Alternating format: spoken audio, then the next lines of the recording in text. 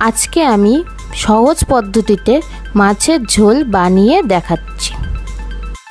তার জন্য প্রথমে ভালোভাবে মাছগুলো ধুয়ে আমি হলুদ লবণ মাখিয়ে নিয়েছি এবং তার সঙ্গে নিয়ে নিয়েছি পেঁয়াজ কুচি, আদা, রসুন, লঙ্কা।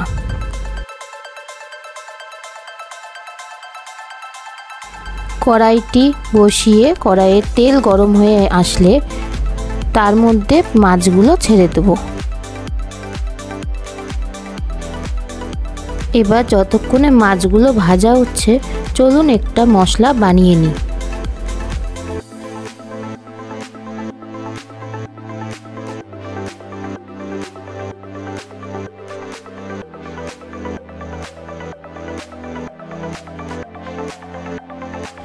প্রথমে একটি বাটি নিয়ে নিলাম, তার মধ্যে দিয়ে দেবো স্বাদ অনুযায়ী লবণ, তারপরে দিয়ে দেবো ধনের গুঁড়ো,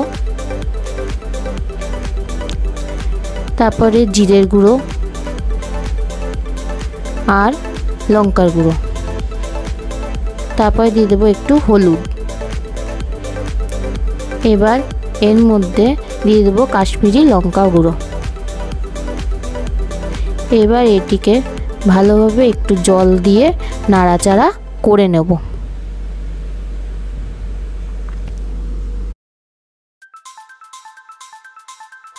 এবার ওই তেলের মধ্যেই দিয়ে দেব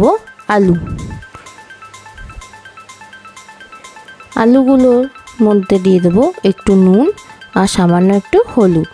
এবার এটিকে ভালোভাবে একটু নাড়াচাড়া করে লাল লাল করে ভেজে নেব।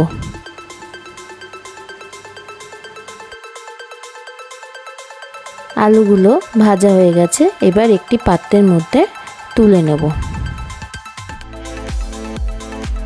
এবার কড়াইয়ের মধ্যে সরষের তেল দিয়ে নেব। তেলটা একটু গরম হয়ে গেলে একটু জিরা ফোড়ন দিয়ে নেব।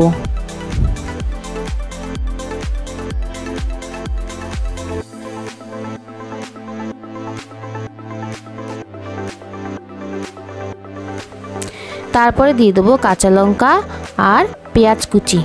এটিকে একটু লাল লাল করে ভেজে নেব। পেঁয়াজটাকে লাল করে ভেজে নেওয়ার পরে এর মধ্যে দিয়ে দেবো আদা আর রসুন বাটাটা। এবার এটিকে ভালোভাবে নাড়াচাড়া করে নেব। তারপরে আবার একটু নাড়াচাড়া করে নেব। এবার দিয়ে দেব মশলার পেস্টটি, দিয়ে কিছুক্ষণ নাড়াচাড়া করে নেব। মশলাটা যখন তেল ছেড়ে দেবে তার মধ্যে দিয়ে দেব আলুটা দিয়ে কিছুক্ষণ নাড়াচাড়া করে ঢেকে রেখে দেব 2 মিনিটের মতন।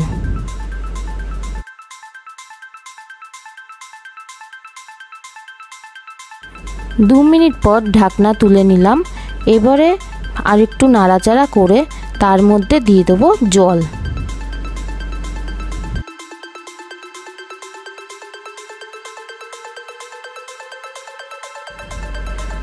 জলটা দিয়ে দেওয়ার পরে একটু নাড়াচাড়া করে আবার ঢাকা দিয়ে রাখবো 5 মিনিটের মতন।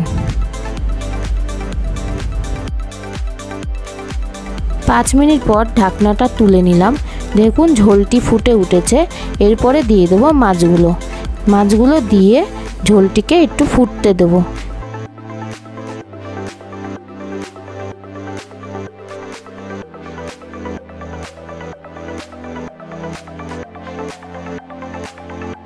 দু থেকে 3 মিনিট পর সামান্য একটু গরম মশলা দিয়ে নামিয়ে নেব ঘরোয়া মাছের ঝোল।